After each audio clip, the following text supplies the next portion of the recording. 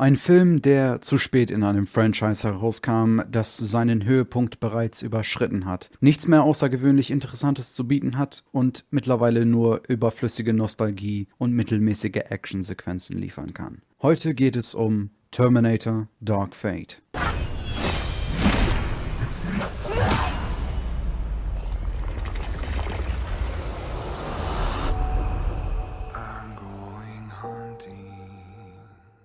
Terminator Dark Fate, der 6. Teil der Terminator-Reihe, welche bereits seit längerem keine Innovationen mehr bietet, wurde von Tim Miller, dem Regisseur von Deadpool, inszeniert.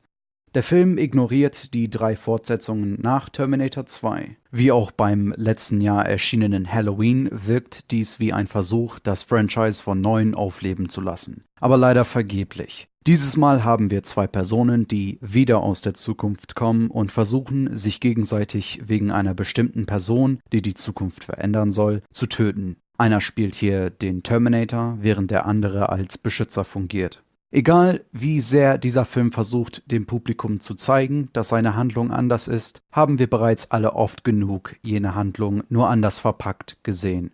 Aber hey, wir haben nach 28 Jahren wieder 2 der bekanntesten Gesichter aus der Reihe zusammen auf der Leinwand. Da soll man sich einfach Popcorn in den Mund schieben und die Klappe halten. Jedoch zeigen sich beim Skript bereits die ersten Probleme. Der Dialog ist so vorhersehbar geschrieben, dass man in bestimmten Momenten Zeilen vorhersagen kann, bevor Figuren sie aussprechen. Auf diesem Level von langweiligem Material befinden wir uns also. Der Film verpasst die meisten Gelegenheiten für Charaktertiefe oder dafür irgendwas außerhalb der ständigen Erklärungen und so weiter zu erzählen. Gut 90% der Dialoge dienen dazu, die Exposition zu vermitteln und die Geschichte voranzutreiben, ohne uns interessante Charakterisierung zu bieten, die die Figuren interessanter machen würden. Natalia Reyes wäre vielleicht in der Lage gewesen, etwas Faszinierendes mit der Figur von Dani Ramos anzustellen. Wenn man den Namen nach dem Film noch kennt, dann Hut ab. Aber das Drehbuch gibt ihr den wohl lahmsten Dialog im gesamten Film, den sie nicht besonders glaubwürdig liefern kann. Gegen Ende wussten wir nicht einmal, warum man sie als zukünftige Anführerin des Widerstands annehmen sollte, da das Drehbuch der Behauptung, sie wäre der nächste John Connor, kein Gewicht verleiht. Alles, was man angeblich über sie wissen sollte, ist, sie ist wichtig, sie muss beschützt werden, sie kann nicht sterben und so weiter und so fort. Die Plotzufälle hier sind ausgesprochen witzig, wenn zum Beispiel die Charaktere an einem Ort festsitzen und ein bestimmtes Werkzeug oder eine bestimmte Form des Transports benötigen, um an einen anderen Ort zu gelangen. Dies endet immer so, dass eine der Hauptfiguren etwas in der Art von „Ich kenne eine Person, die helfen kann" sagt. Der einzige Aspekt des Drehbuchs, der eventuell nicht endlos zu bemängeln ist die Komödie. Als Regisseur von Deadpool konnten wir erwarten, dass Miller einigen Szenen einen witzigen Touch verleiht, und wenn es klappt, hat es tatsächlich ein kurzes Kichern ausgelöst, hauptsächlich bei Arnis Material. Aber oft fühlte es sich auch komplett unnötig an und hat nichts zu der ernsten Stimmung beigetragen, die der Film meistens annimmt. Die schauspielerische Leistungen sind größtenteils langweilig und so ermüdend, dass selbst Arnold Schwarzenegger als älterer Terminator mit dem Namen Carl keine bleibenden Eindrücke hinterlässt.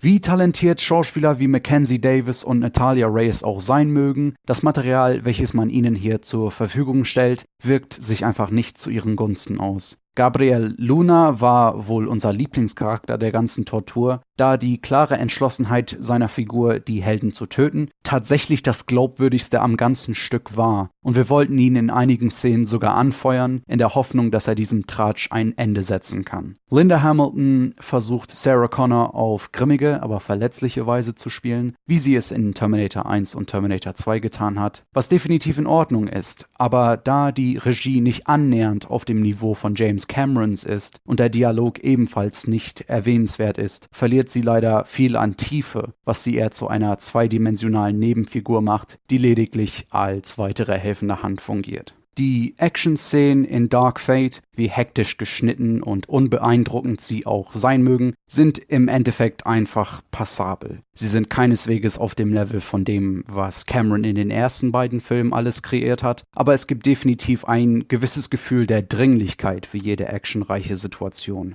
Dies kommt aber meist davon, dass das Publikum immer und immer wieder an die Tatsache erinnert wird, dass dieses neue Terminator-Modell mit dem Namen Rev 9 der allerbeste Terminator ist und in der Lage sein könnte, einige der Charaktere stark zu verletzen.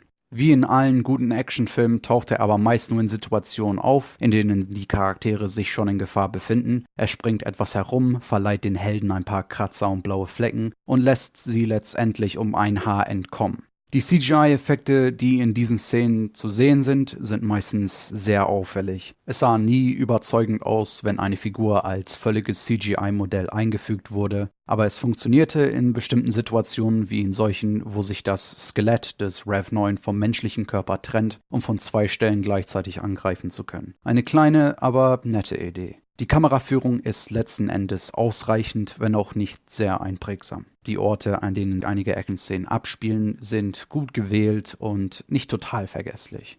Die Kamera im Zusammenspiel mit dem Schnitt wird nicht ganz so hektisch und unübersichtlich, wie man vielleicht befürchtet, eingesetzt, sodass man in den Action-Szenen größtenteils den Überblick bewahren mag. Insgesamt ist Terminator Dark Fate einfach kein guter Film, zumindest unserer Meinung nach. Er weist die gleiche Handlung wie in den vorherigen Filmen auf und fügt dabei nur sehr minimale Dinge hinzu, um so zu scheinen, als wäre er anders. Beim genaueren Hinschauen ist es jedoch die gleiche alte Leier wie vor knapp 30 Jahren. Das Handwerk in der Actionabteilung ist bei weitem nicht überragend, der Dialog macht den Film unglaublich vorhersehbar und trotz der Pläne für eine neue Trilogie sind wir der Meinung, dass es an der Zeit ist, dieses Franchise zu beenden.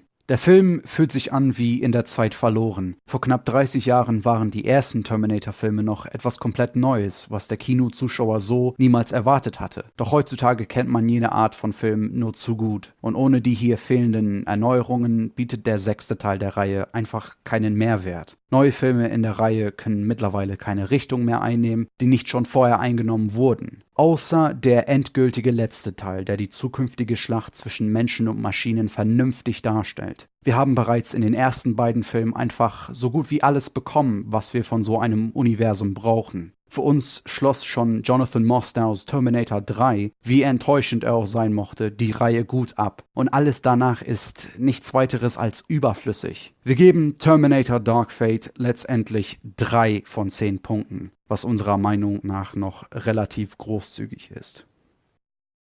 Vielen Dank fürs Zuhören. Das war unsere Kritik zu Terminator Dark Fate. Falls sie euch gefallen hat, könnt ihr gerne einen Daumen hoch dalassen. Schreibt uns in den Kommentaren, falls ihr Feedback habt. Und abonniert uns, um keine zukünftigen Kritiken zu verpassen. Wir sind die Filmgeeks und wir wünschen euch bis zum nächsten Mal eine good time.